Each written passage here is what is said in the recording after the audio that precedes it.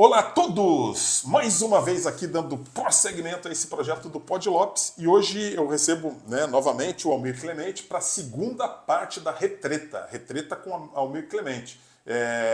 Tivemos uma repercussão bastante interessante na primeira parte, né? A ideia era até gravar um programa só que a coisa foi fluindo, foi desenvolvendo e o conteúdo musical desse homem aqui é uma coisa impressionante. Então nós dividimos esse programa em dois, né? Então hoje é a segunda parte dessa retreta com o Almir Clemente, tá? Com você então, Almir Clemente, continuemos essa retreta. Okay. Muito obrigado pela oportunidade, prazer estar aqui contigo mais uma vez, Jobs. Muito obrigado pela oportunidade, que é muito engrandecedor para nós, enriquecedor para o público, e esperamos que seja um momento de mútuo prazer. Aê, será. Com vocês, Almir Clemente. Trazer aqui uma obra de arte, né, já com um cunho bem mais popular, que é uma das peças que deu aí a direção para o choro, né? Uma peça ali do como é que é? José Gomes de Abreu, que é o Zequinha de Abreu.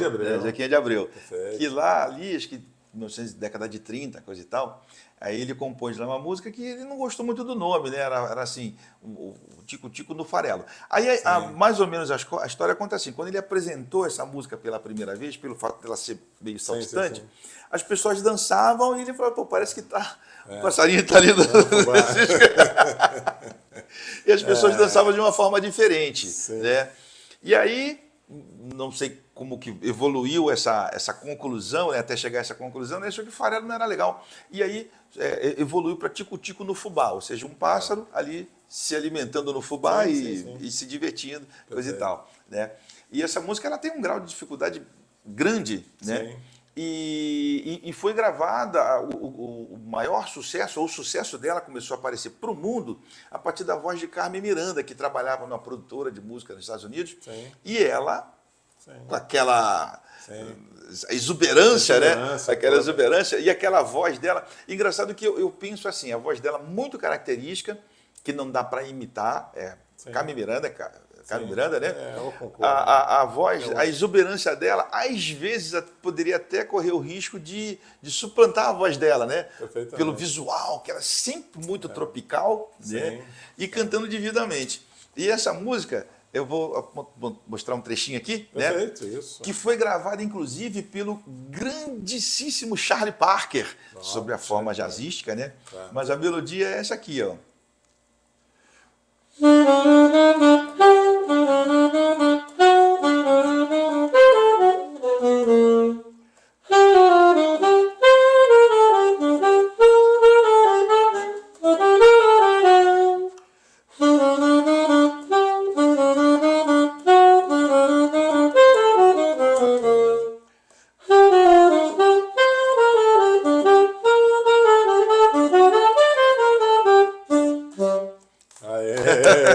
Maravilha, isso é um espetáculo.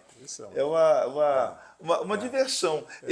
O gênero musical, meu pai tocava bandolim e aí, até o fim da vida, ele se dedicou muito ao choro, que tem uma característica interessante que é a descontração, a diversão e às vezes o desafio, né? Melodias assim, muito difíceis, coisa e tal. E aí, vai fazer? Então, às vezes até dá para perceber ali uma certa batalha, né? Entre os solistas, entre o cavaquinho, entre o bandolim. Muito violão de 7 cordas fazendo aquela baixaria maravilhosa. E essa música é um dos... Ou bisavô, talvez, do chorinho, alguma coisa assim, né? Que maravilha. Isso é um espetáculo, né? Agora, vamos dar um rolê pelas Américas. Rolê pelas Américas. Maravilha. Então, aí seria interessante, né? Curiosidades da música. Gostaria de falar um pouquinho de Frank Sinatra. Que assim como Elis Regina, Emílio Santiago, tantos outros intérpretes, colocaram músicas maravilhosas para as paradas de sucesso, né? Então, assim, músicas imortalizadas nas vozes desses gênios aí, né? E o Frank Sinatra não ficou atrás, não. E assim, ele gravou My Way. Essa música estourou, né? Mas ela estourou nos Estados Unidos, dali para o mundo, mas essa música, o original dela é francês. É francês. O compositor é o... Não sei se eu vou lembrar o nome dele. Claude... Meu Deus, devia ter decorado aqui. Mas enfim. E aí fez essa música. E aí o Paul Anka dando um rolê. Estou resumindo, né? Não, nossa, essa música é bacana. Mas vou colocar uma letra em inglês, né? Fiz a tradução, coisa e tal. Levou para os Estados Unidos. E até onde eu entendo, Paul Anka e Frank Sinatra não tinham um bom relacionamento, né? Sim. E o fato de ter mostrado essa música para o Frank Sinatra, ele resolver gravar, né? E gravou de uma forma espetacular. Eu acho que pouca gente conhece essa música com a letra em francês. Eu acredito. E aí gravou coisa e tal. Então fez um sucesso e essa música ela quebrou talvez um pouco ou todo o ranço que havia entre os dois, né? Então assim, pô, não vou muito com a tua cara não, coisa e tal. E aí acabou ficando uma coisa legal entre eles, de né? reconciliação, exatamente, né? exatamente. E a música é essa aqui, ó.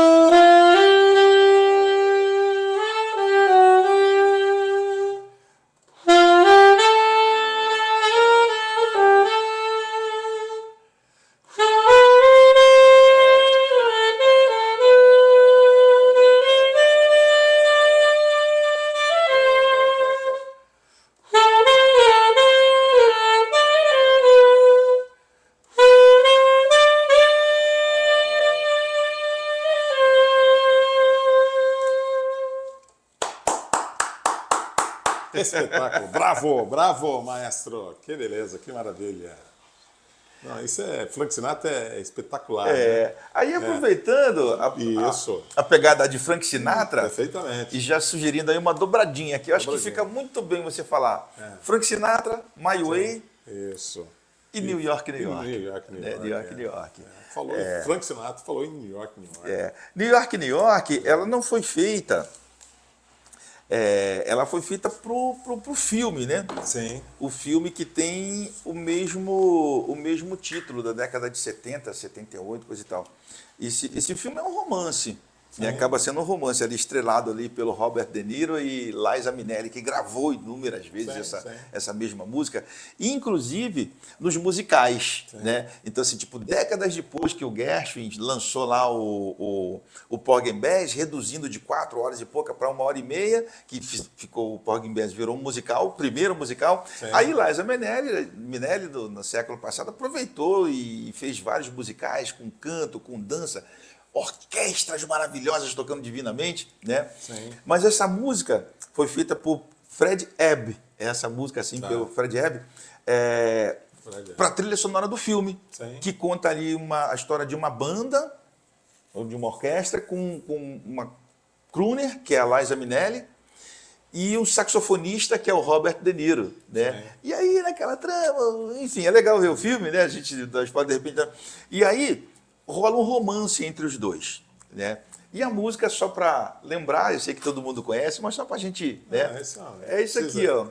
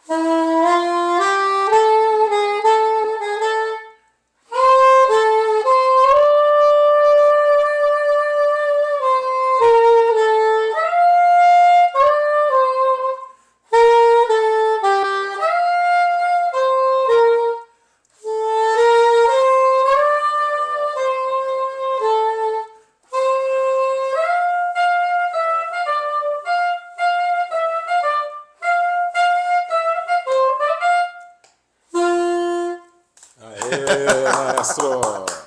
Obrigado por estar nos deliciando aí com essas pérolas, né? Com esses Nossa, clássicos da nossa audiência. Que maravilha, maravilha. Uma gratidão imensa e um prazer, porque é uma das raras oportunidades que a gente tem de trazer para o público, no caso, seu público, aqueles que a gente vai, né, a gente trazer um pouco mais da informação da música como arte, como cultura, né, como uma ferramenta de bem-estar. De bem-estar, né? Porque é um contexto, né? Na realidade, a musicalidade ela está em todas as pessoas, né? Desenvolvendo ou não, né? Música é coisa, né, néctar para os ouvidos, né? A comunicação entre as pessoas, ela já começou aí na base do uga-uga, dos tambores, né? Sons. Os sons que geram a comunicação. A comunicação, perfeitamente. Olha só que coisa linda, né? A música é perfeita, né? Eu só falo, tem meio que tem matemática, né? São as métricas, um quarto, oitava, né? Tá na matemática e tá na comunicação, tá na linguagem, na expressão geral, né? Expressão corporal geral e comunicação mesmo. Exatamente. A música é uma das partes da matemática, porque ela vai entrar, a matemática, pela parte da acústica e pela parte dos cálculos a partir de Pitágoras. Sim. Né? Que maravilha. O grande outro cara que fica na posição de sentido, Pitágoras. Agora, eu não sei se Pitágoras foi um cara ou se a partir desse cara foi uma escola pitagórica, assim como Michelangelo. Quer dizer, a quantidade de coisas que ele revelou para nós, pelo tempo de existência dele, ou ele tinha um dia de 72 horas e não dormia, ou então ele treinou uma equipe muito bem treinada para trabalhar ali ao redor das viagens, das elucubrações dele lá. Perfeito. Né? Então, assim, aí a música entra aí. Mas o interessante, se a gente for falar de música, tem uma coisa meio cabalística aí na música, que é assim, hoje a gente tem 7 notas musicais, né? Figuras de ritmo, são 7 figuras de ritmo. Quantas melodias você pode fazer nessas combinações? Infinitas. Infinitas. Esses intervalos entre essas 7 notas musicais. Nossa, coisa fantástica. Coisa fantástica. E vai da matemática também, né? Quantos números existem entre um número e outro? Entre 1 e 2, por exemplo? São infinitos.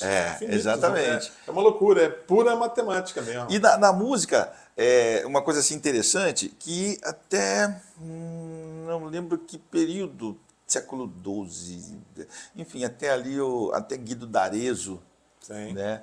Período ali da Idade Média, ou mais para cá. Então, assim, os caras falavam assim, aí já está olhando para a acústica, né? O que compõe o intervalo de um tom? Então, por exemplo, Dó, Ré. Dó, Ré, você tem, já estava se desenvolvendo os primeiros aparelhos de acústica, né? Você tem 9 comas.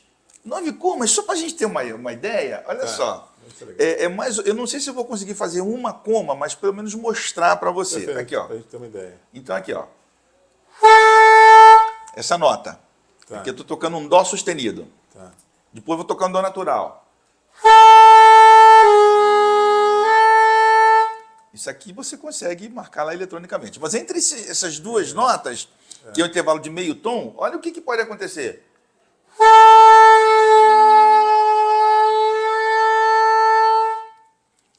Percebeu essa pequena oscilação? Sim. Ali você encontra as comas, que são as pequenas partículas do som, né? Entre um semitom e outro. Então, ó. Perdão.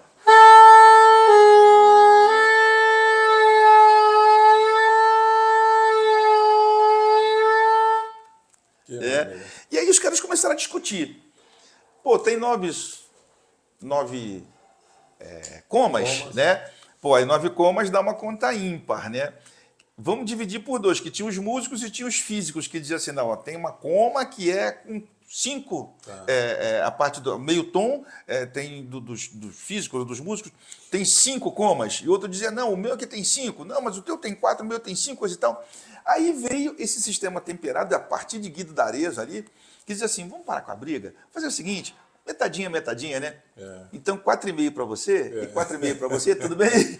Aí, tá, beleza. Aí chegou aí a conclusão, a definição desse sistema temperado. Sim. Mas assim, se for olhar os cálculos de acústica, a gente vai encontrar essa conta. Né? Então, esse sistema temperado é mais comportamental do que científico, talvez científico no sentido sociológico. Né? Sim. Porque, assim, vão acalmar os caras ali que a briga tá verdade, feia, né? É verdade, vamos deixar aí, né? Nem para você, nem para mim. Exatamente. E aí chegou-se a essa conclusão. Mas a música você vê aí por vários ângulos, né? Hoje você tem a música entra aí na sociologia, na psicologia, na psicanálise, Perfeito, né? Porque são vibrações, aí a coisa segue em frente, né? Sim. Mas então, deixa eu ver o que a gente pode tocar mais aqui. Não sei como é que está o nosso tempo aí. Não, vamos tocando. Nós estamos na segunda parte já, né? Segunda parte do programa já. Né? O senhor nos deu esse conteúdo. Esse é um conteúdo gigante. Se a gente quiser ficar o dia inteiro aqui, né? Então eu tive que realmente dividir esse programa em dois. Então nós estamos já tocando a segunda parte aí, mas vamos lá, senhor. Fica à vontade, apresenta aí mais o que o senhor tem. Então, aí, já que a gente falou de América do Norte, né? Falou de Frank Sinatra, coisa e tal. Aí uma jogadinha meio que quase lá do B, mas depois virou lá do A, né? Dois caras ali, que eu tive até que escrever o nome, que às vezes a gente dá um branco, né? Bob Tilly e George David Weiss. Eu não ia memorar esses nomes, né? Tá. Aí eles compuseram lá uma música, né, de 1900, mais ou menos 1960, uma música muito legal. Mas não embalou. E essa música, ela foi escrita para ser executada na voz de Louis Armstrong. Louis Armstrong. Assim, eu não desmerecendo ninguém, mas eu não consigo ouvir essa música na voz de outra pessoa. Né? Ele eternizou essa música. Eternizou aquela voz. Né? E aí, essa música que eu gostaria de trazer, What a Wonderful World, e ela deu a explosão que precisava dar em termos de reconhecimento, sucesso, a partir da trilha sonora do filme Bom Dia, Vietnã. Né? Que essa música tem uma pegada de paz, de mundo maravilhoso. Pô, para com isso, vamos viver bem, vamos equilibrar, vamos, né? Então a música é essa aqui, ó.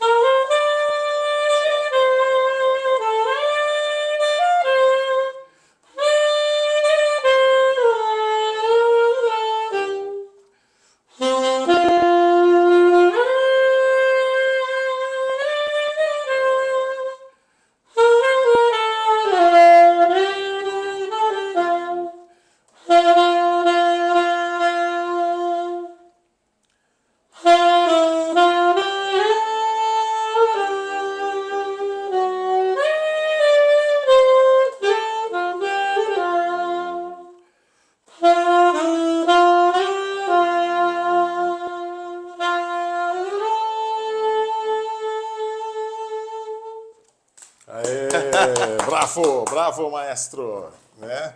Eu penso que nós começamos espetacularmente bem aí esse segundo ano de Pod Lopes. Que maravilha. Sem dúvida. Maravilha. Sempre. É um prazerzão receber o senhor aqui. Puxa, prazer. Né? Com essa musicalidade toda. Isso é um brinde, né? É um presente, assim, sem preço. Bom, aí a gente pode dar um rolezinho, vir um pouquinho para o Brasil, até para a gente encaminhar. Assim, a gente saiu daqui, vamos voltar para cá e de Isso, repente a gente voltou vai para os Estados caminhando. Unidos, foi de novo, voltou, agora vamos ao Brasil novamente. Aí tem um cara aqui de grande projeção nos Estados Unidos, um cara assim, show de bola, que é o Tom Jobim, que além de pianista, violonista, maestro, compositor, também um poeta, né? Fazia as letras maravilhosas. E tem uma música que, assim, um dia me perguntaram, qual é a música mais importante para você? Eu tenho uma música mais importante, que é Carinhoso. Por causa da minha história, como, enfim, o acesso à vida profissional foi com essa primeira aparição em público. Mas a música que eu mais gosto é essa aqui, que chama-se Dindi. Dindi, do Tom Jobim. E o que acontece? Depois eu fui ler a história dessa música, coisa e tal. Em 2000, eu gravei um disco que chama-se Visto ao Mar, se me permitir fazer uma propaganda. 10 composições autorais, né, inspirados na natureza. Então eu moro no bairro São Francisco, no morro.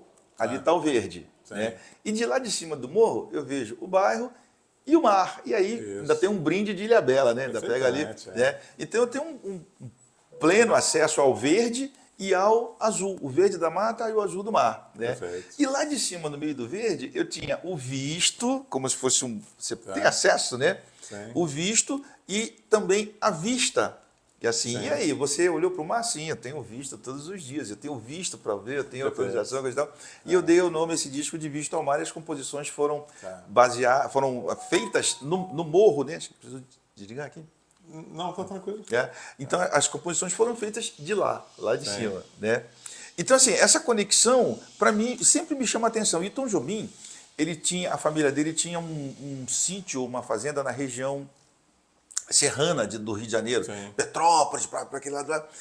E ele tinha, essa é uma das versões, né? Tinha um acesso à vista, ao contorno dos morros, coisa e tal, e um riacho que chama Dirindi. E ele dizia lá, Luísio de Oliveira, que é o parceiro dele nessa música, aí diz assim, Dindi, se soubesses o bem que eu te quero, o mundo seria Dindi, olha, Dindi, eu te adoro, Dindi. Que eu acho que também é uma declaração de amor, e que toda mulher merece ouvir isso aí, né?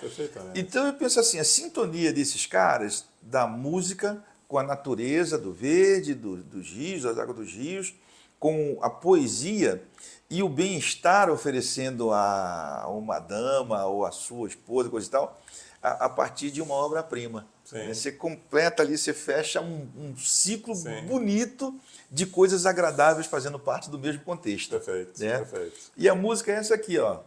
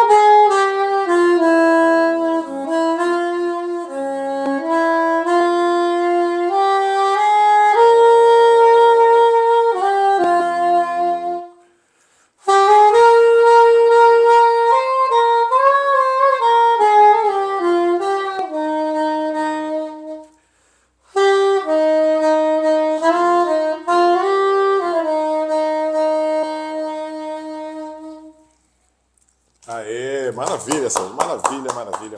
Essa eu não conhecia, mas é espetacular, é de uma musicalidade também. Impressionante. É incrível. E aí a gente, logicamente que o músico, né, eu particularmente, aí, poxa, vou lá, vou prestar atenção na melodia. Caramba, que melodia espetacular. E a harmonia? Aí eu quero ver os acordes. Caramba, como é que o cara fez a combinação desse acorde para isso, essa passagem? Genial. Genial. Genial, né? genial, genial. E essas composições que o senhor falou que fez aí, né? Em que ano que foi? Eu comecei a compor, na verdade eu comecei a compor, não compor, registrar, escrever, né? Em 1978, quando eu comecei a tocar saxofone, fazer os meus rabiscos, mas em 1998 eu comecei a escrever uma suíte, que ainda não consegui terminar, que eu chamo de suíte O Que É Isto? O que é isso, assim, a trajetória da minha vida. Caramba, mas o que é isso? O que é isso? Né? Coisas não boas, coisas desastrosas, desilusões, surpresas, mas muita coisa boa. Muita coisa boa. Isso então, é a vida, né? Consegui registrar. E esse disco, eu tive que pensar, essas músicas fazem parte, eu tive que pensar comercialmente, que assim, poxa, eu preciso vender, né? Eu preciso vender também. Se eu colocar ali só o que eu estou sentindo, só que talvez as pessoas não... É bacana. Depois eu vejo, né? Depois eu vejo contigo.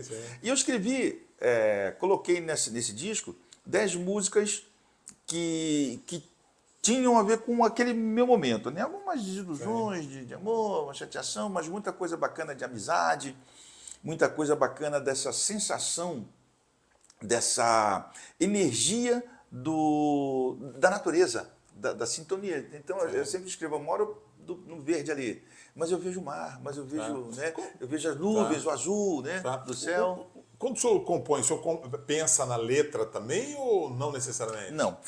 Às vezes tem letra. Nenhuma dessas composições estão musicalizadas, tem letra, né? Não, nenhuma delas tem poema. Poderia se colocar letra. Pode ser. A pessoa sentir ali, pô, eu acho que eu vou colocar uma letra nessa. Aí não toque, eu aceito parceiros, viu? Aceito parceiros aí. É isso aí, pô. Então, o meu pensamento... minimamente 10 composições que são passíveis de serem colocadas letras, né? Sim.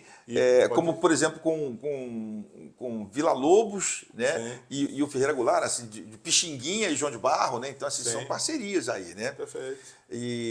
Então, eu compus essas músicas pensando mais comercialmente, ou seja, assim, o que eu tenho que vai ficar legal, que as pessoas vão gostar de ouvir. E aí coloquei as músicas lá. Né?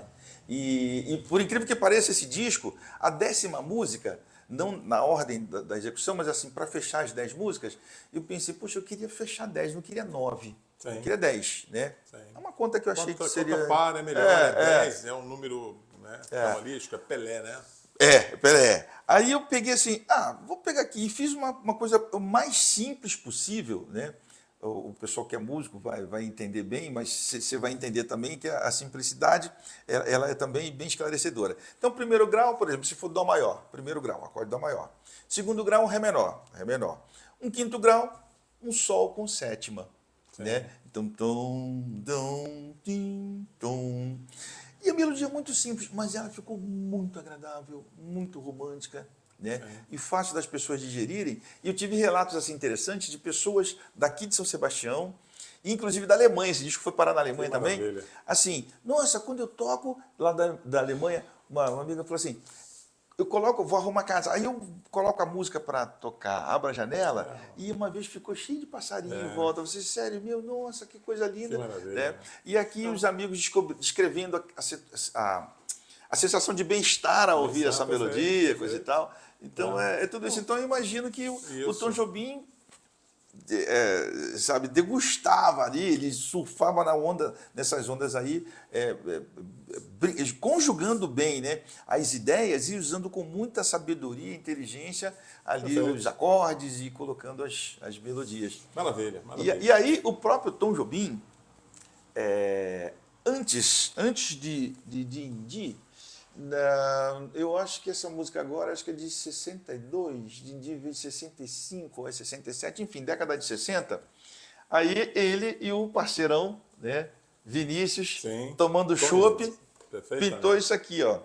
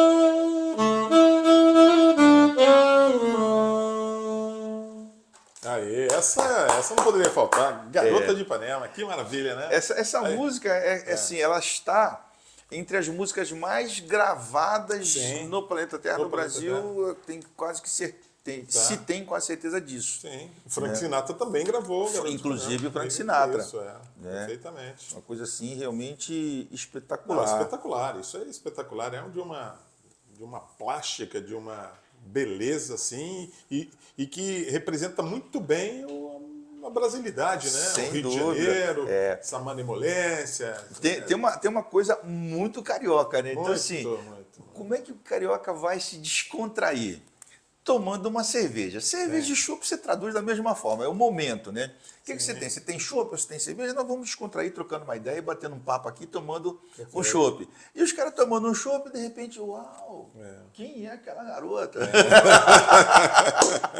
Poxa, maravilha, maravilha, maestro. Muito legal. Maravilha. Agora, assim, a gente está no momento Bossa Nova, que eu acho que é riquíssimo, riquíssimo, e muito, como é que eu vou falar? Acho que dá para dizer assim, influenciou muita gente a Bossa Nova, né? E eu acho que até hoje influencia, né? Principalmente os países asiáticos, tem muita gente estudando e tocando Bossa Nova, os caras estão tocando bem, estão tocando bem. E a América do Norte, acho que começou a usufruir, num primeiro plano, desse momento, né, da música, a partir de Tom Jobim, foi para lá, coisa e tal. Mas não é só Tom Jobim, não. Tem o Dom Romão, Tom Jobim, o grandíssimo maestro Moacir Santos, maravilhoso, Ayrton Moreira, Flora Purim, e Elmir Deodato, uma galera que foi para lá, Dom Salvador. Então, pô, a música brasileira está lá. Paulinho da Costa, o grande percussionista, que o pessoal baba esse cara porque ele é muito bom, né? E aqui no Brasil, junto com o movimento da Bossa Nova, tiveram outros camaradas que fizeram coisas legais, e um deles que eu gostaria de falar é do Chalquimade, né? Chalquimade é o nome de batismo, mas eu estou me referindo a Tito Madi. Tito Madi. Ele é qual que é? Pirajuí, acho que a cidade dele é Pirajuí, inclusive tem um grande amigo aqui que é da cidade de Pirajuí, né? O Paulo Guimarães, que é de lá também. Acho que ele teve até a oportunidade de conhecer o Tito. Paulo Guimarães, o advogado. Advogado, E aí, ele naquele momento, Bossa Nova, ele compôs lá um Balanço Zona Sul. Devia estar por ali, né? Pela Zona Sul também. Essa música é muito legal, acho que a primeira gravação dela foi feita por o Wilson, grandíssimo mestre Wilson Simonal, né? Depois de mais algumas pessoas gravaram, mas assim, ela é muito legal e foi também uma das primeiras músicas da Bossa Nova que eu consegui tocar, que é esse aqui, ó.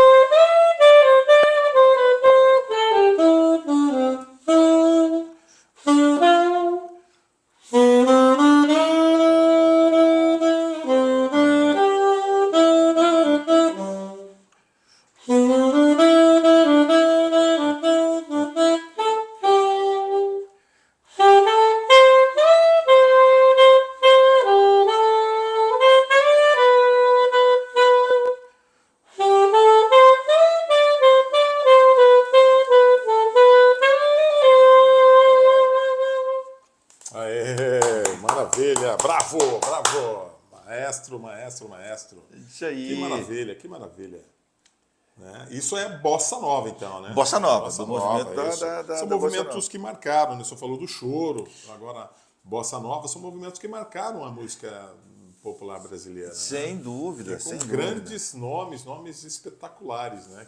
E são músicas que vão pro resto, que ficam pro resto da vida. Né? Inclusive no movimento da bossa nova, então tinha toda aquela talvez polêmica, né, do jazz, né, e o quanto o jazz influenciou a música brasileira, né, em especial a bossa nova, e um influenciou o outro.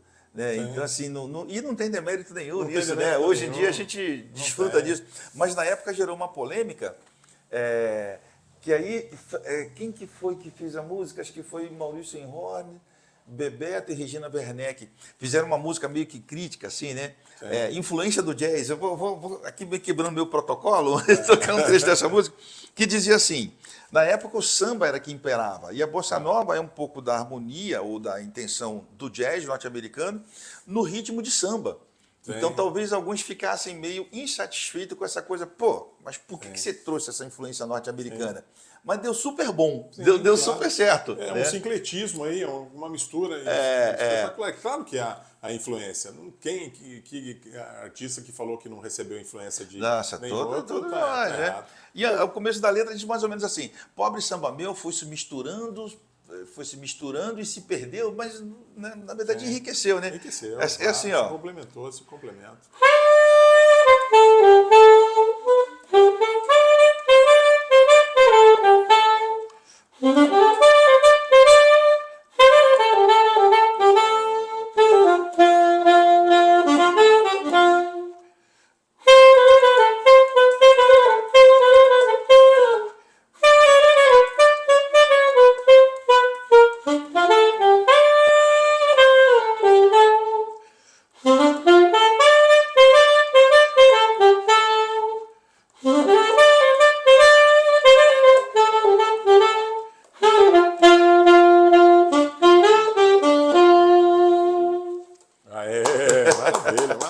Maravilha.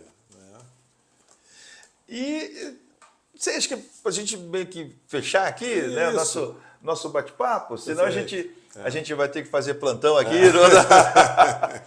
Eu queria... Mas é um prazerzão receber o senhor. Na realidade, a ideia era fazer uma retreta de coisa de 1 hora, mas o papo foi fluindo tão bem, né? E essas apresentações do senhor são espetaculares, a gente acabou tendo que dividir aí 2, 3 programas, mas tá bom pra caramba, isso é maravilha.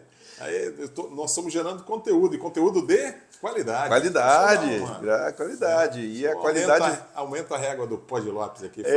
Mas acho que essa qualidade vem a partir da sua intenção de divulgar esse conteúdo. Acho que a qualidade, a origem está aí. Perfeito. Né? Tem tanta coisa boa para ser divulgada aí. Eu tenho certeza que a minha audiência amou isso aí, tá? Essa apresentação meio que dar à luz à música, né? E é boa música na realidade, né? O senhor falou desse disco que o senhor lançou. Isso deve ser uma delícia de ouvir, né? Eu posso falar para a rapaziada? Isso. Convidar assim, o pessoal. Eu consegui, depois de muito sacrifício, subir para as plataformas de streaming, né? Spotify, Deezer, iTunes. Né? Então tá lá, o CD Visto ao Mar, do saxofonista Almir Clemente. Poxa, dá uma forcinha. Maravilha. Porque a merreca ali é muito pequena, mas assim, pelo menos a intenção é divulgar, as pessoas saberem que está aí. O senhor já ganhou uma audiência minha, pô. Poxa, muito obrigado. Já ouvindo Almir Clemente, Poxa, eu espero que seja uma ótima companhia. Não tenho dúvida. Uma companhia de paz, de tranquilidade. Então vamos fechar? Vamos fechar. Então eu queria fechar a segunda parte. Ô, João, quanto tempo que a gente ficou aí mesmo? 1h32. Tá bom. Maravilha. Então nós dividimos esse programa em 2, a gente está terminando agora a segunda parte, né? Retreta Ato 2. Ato 2. Perfeitamente. Agora fechando então. Por favor. Com um cara muito legal, significativa beça para o Brasil, que é Ari Barroso, né? Com a famosa Aquarela do Brasil. E essa música ela é muito importante. Pelo que ela fala, da forma como ele descreve o Brasil, né? Que é muito interessante. Algumas pessoas conjugam até como um segundo hino nacional, que fala realmente, né, das maravilhas do Brasil, né? E pela característica dessa música, ela acabou, por falar das belezas do Brasil, acabou criando um outro estilo, vamos dizer assim, que é o samba exaltação. Sim. Né? Que aí as escolas de samba pegaram essa forma de discorrer sobre um tema, né? E falar das maravilhas. Até me lembro de um samba, não lembro de quem é. Vejam esta maravilha de cenário, é um episódio relicário do Brasil, que fala das o Martinho da Vila. Martinho da Vila. Olha a cara aqui, a semelhança, né? Então ele escreve Brasil de norte a sul, e isso provavelmente estimulado por essa iniciativa, ou por essa inspiração de Ari Barroso, Sim. com a Aquarela do Brasil, lá da década de 30. Perfeito. Né? Então, para fechar, né, vamos aqui... Com chave de ouro. Chave de ouro. Retreta parte 2, com Mir Clemente.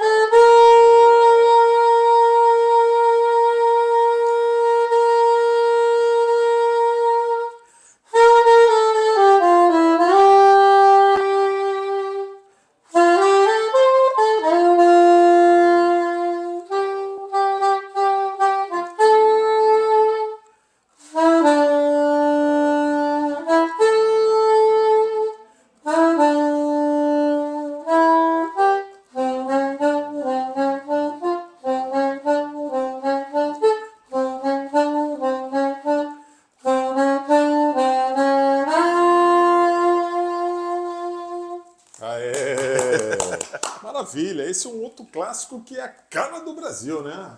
Representa totalmente o povo brasileiro. Povo brasileiro. Que E o maravilha. Brasil com as suas maravilhas. As né? suas maravilhas, maravilha. É um país riquíssimo, belíssimo e rico também em todos os setores, né? Na arquitetura, na musicalidade, na literatura, e nem se fala na música, né? Sem dúvida.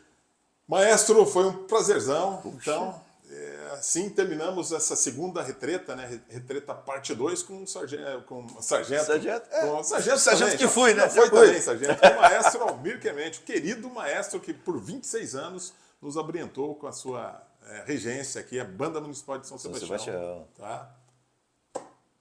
Muito obrigado, Lopes. Muito obrigado. É sempre uma importantíssima oportunidade, né? Da gente, enfim, estar diante de vocês aqui, do público, e ajudar a, enfim, trazer essas informações e ajudar vocês a formarem opiniões também, né? Isso. Se quiser fazer pergunta, coisa e tal, manda aí que a gente vai responder. O chat está aberto, tá? Não se esqueçam, é Visto ao Mar Almir Clemente. Está em todas as plataformas de streaming. Principalmente a Spotify, que a gente acaba ouvindo mais. Mas é isso. Então, eu agradeço a todos essa audiência dessa segunda retreta aqui com o Almir Clemente, né? E as pessoas que gostaram, curtam, né? Não por mim, por essa personalidade aqui, Almir Clemente, né? Compartilhem, né? E quem não se inscreveu no canal ainda se inscrevam, né? Realmente está sendo um presente aí, o senhor aí nesse segundo ano já de Pod Lopes, né? E quem está vendo só agora, são duas partes, né? Então tem a primeira parte, né, da Retreta 1 com o Almir Clemente e tem essa segunda. Então assistam aí na sequência e curtam, compartilhem. Deixa eu aproveitar e fazer assim, um convite, pessoal. Sim. A gente terminou de gravar aí um documentário sobre a minha vida, o maestro Almir Clemente, né, uma iniciativa de duas pessoas maravilhosas, que é a Nícia Guerreiro, a de Boiçucanga, e a Nelma Salomão, que escreveram esse projeto, né, na Lei Paulo Gustavo, se não me engano, e o projeto foi contemplado e a gente terminou de gravar. E esse documentário vai ser lançado no começo até, enfim, mês de julho. Né? Eu espero ter a oportunidade de divulgar e convidar vocês para irem assistir lá, né, o lançamento, que a gente deve fazer uma gig, trazer o pessoal para fazer, enfim, espero que dê certo, mas para poder acompanhar esse trabalho com a história bacana, que é uma história... Eu estou para dizer para você que é um trabalho, né, é um reconhecimento esse documentário. Sem dúvida, sem dúvida. O senhor merece esse documentário. Como é que qual é o título desse documentário? O título ainda não foi bem definido, mas a ideia é assim, o maestro Almir Clemente, música e emoção. Música e emoção, perfeito, perfeito, é isso aí. Então, o senhor já está convidado para fazer essa divulgação desse documentário em data oportuna. Data oportuna. Obrigado, meu amigo. Valeu. Isso aí. Até. Tchau, tchau.